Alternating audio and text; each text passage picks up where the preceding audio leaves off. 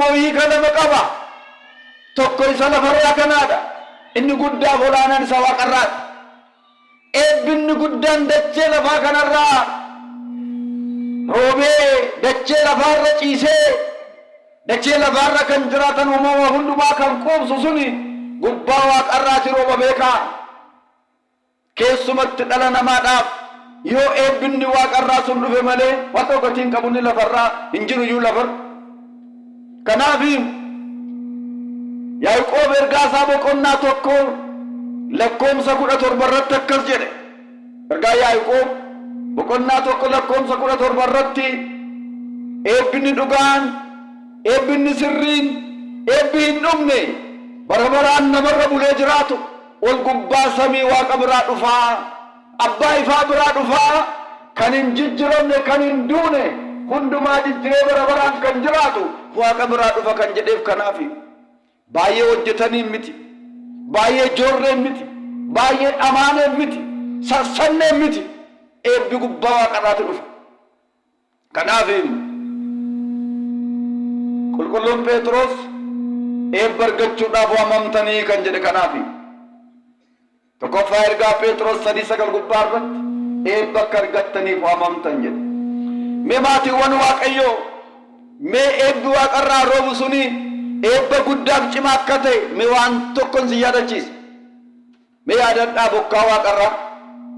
bokkaan Waaqarraa roobu xiqqooma isheetu lafa kanaaf ebba guddaa laata bokkaan Waaqarraa roobu xiqqooma isheetu gaafa Waaqarraa gad roobu margi lafarraa biqila agartanii jaraadhaan eenyu abbaan kana gochuu danda'u ree kanaaf kun eebbasa dhugaadha yoo Waaqayyo bokkaa roobse dachee lafaa dhiise malee gatii maalii qaba namni gatii maalii qaba uumamni lafarraa yoo Waaqayyo bishaan laga keessa yaa'u kana uumee laachuudhaa baate ammatu hongee ta'e gatii maalii qaba ree dacheen lafaa gatii maalii qaba ree uumamni lafarraa ilaa kun isa jalqabaaf isa olaanaa mee amma immoo qilleensa tasgabbaa kana laala ammatu qilleensa kana jijjiree sanyii kan baran biyya naannawee sana ammatu godhe ammatu qilleensa kana jijjiree sanyii kan warra Sodoomiif Gamoraa taasise maaltu jiraachuu danda'a ree qabeenyi keenya namummaan keenya maalummaan keenya maal faayidaa qaba ree ammatu Waaqayyoo ibsaa kana laachuudhaa baate biiftuu kana gaafa roobii rarraasee nuu kaa'uudhaa baate dukkana isaaf gara kamitti deemna ree akkamittiin baanee hojjenna ree ammatu immoo qoxaaritti kaa'ee lakkooftutti kaa'ee naa kaffalaa jedhee oolu ammatu akkuma warri misooma bishaaniidhaa lakkooftutti kaa'an bokkaa kanatti bishaan kanatti lakkooftutti kaa'ee eenyu abbaan kaffaluu danda'u mee isayyuu dhiisaa agartuu ija keenyaa nuu kenne kanatti ammatu lakkooftutti kaa'ee hoo eenyu abbaan danda'u gibirasa mee kana tilmaama egaa Waaqayyo dhugaadha eebbi gubbaa samiirraa roobaa eebba kanaatiif nu waamee jechaadha egaa eebba namni hin jaallanne jiraare abbaan eebba barbaaddan mee eebbi gubbaa samiirraa Waaqa biraa namaaf dhufeetti jiraannu sun mee akkamittiin kennama maal hojjetanii argatu kan jedhu immoo laalama immoo sagalee Waaqayyoo magaalattii waamaa jenne maaliif immoo waamaa jenne amma immoo mee akkamittiin eebba argama abbaye eebba barbaadde yoo ta'e laphee kee bani gaaf harmee eebba barbaadde yoo ta'e laphee kee bani yaa gurbaa yaa intaloo eebba abbaan barbaaddan amma dhugaa dubbii Waaqayyoon dubbadha hin sobus hin sossobuudhaafis miti eebba Waaqayyo kanaan guutamne akka jiraannuufi namoonni sagalee kana dhaga'anii ittiin jiraatan jiraachuu ni malu egaa isinis akka eebba kanaan jiraattaniifi sadarbeef sasichi waliin qabdanii ilaaltanii akka ittiin jiraattaniif jecha mee toorattiin eebba argamu waliin baranna kanaaf fagoolteessanii mana keessan keessa eenyaanis mooraa kana keessa kan jirtan hundi abbaan eebba barbaaddanii toora eebba Waaqayyo nu barsiisaa mee dhaggeeffadhaa tokko lama jennee ilaalla egaa yaa Waaqayyo nu barsiisi jedhaa gaa eenyu nu abarsiisu yaa Waaqayyo toora eebba kee ergamu nu barsiisi jedhaaqa dhugaadha eebbi nutti irrateera eebbi nutti irratee raafamaa jirra eebbi nutti irratee qofaa gungumaa deemna eebba nutti irratee jennaan riba dhabneerra gaggalaa bulla jiruuf jireenyi nutti bitaacha'eera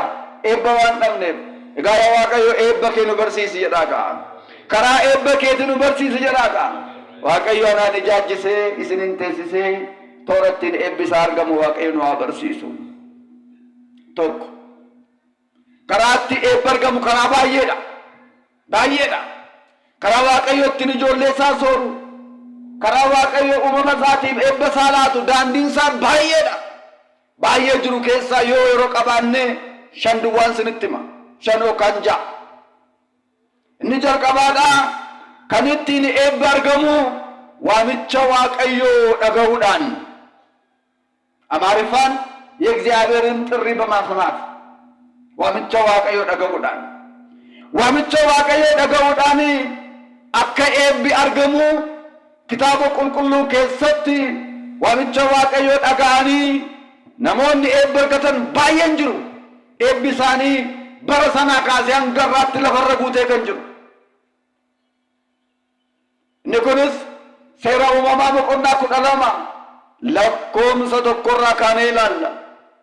seera uumamaa boqonnaa 12 kaafnee gaafa ilaallu Waaqayyo abbaan keenya uumaan keenya Abrahaamiin waame Abrahaam Waaqayyoof waate Saaraa waame Saaraan Waaqayyoodhaaf waatte maal jedhe Waaqayyo biyya Kanaan keessaa ba'i Kana'aanitti ol ba'i sin eebbisaa jedhee jedha Karaani biyya Waaqa tolfamaati Kanaan biyya Waaqayyo warra hin beekne warri Karaan keessaa ba'i Kana'aanitti ol ba'i sin eebbisaa jedhe karaan keessaati waamicha Waaqayyo dhaga'ee abbaa isaa dhiisee haadha isaa dhiisee araddachi keessa qabu dhiisee Kana'aanitti ol ba'i Kana'aanirraa nama hin beeku Kana'aanirra manni hin jiru waan tokko hin jiru eenyu duwwaatu jira Waaqayyo duwwaatu jira waamicha Waaqayyo kana dhaga'ee fuuldura isaa lafa duwwaa ta'e akkasumaan deemu gaafa nachi ga'u Waaqayyo akkana jedhe Abrahaam waamicha koo dhageesse sagalee koo dhageesse eebbaaf ta'i eebbifami kan si eebbisan ni eebbifamu kan si abaaraman immoo ni abaaramu jedhe boqonnaa 13 irrattis akkana jedhe mee gadi ba'i jedhe galgala mee daraa samii kana ilaali jedhe galgala mee urjii samii keessaa lakkaa'i meeqa ta'u jedhe galgala maal yaa Waaqayyo kun akkamittiin lakkaa'amanii dhumure jennaan qabeenya makanaa baay'atu alam makana baay'atu jireenya makana baay'atu sii kenneera jedhe galanni Waaqayyo batoo maaloo galateeffadha mee ilaalaa hojii Waaqarraa dhuguma lakkoomsa qabu qabeenya makana baay'atu alam makana baay'atu sanyii makana baay'atu sii kennaattiin jedhe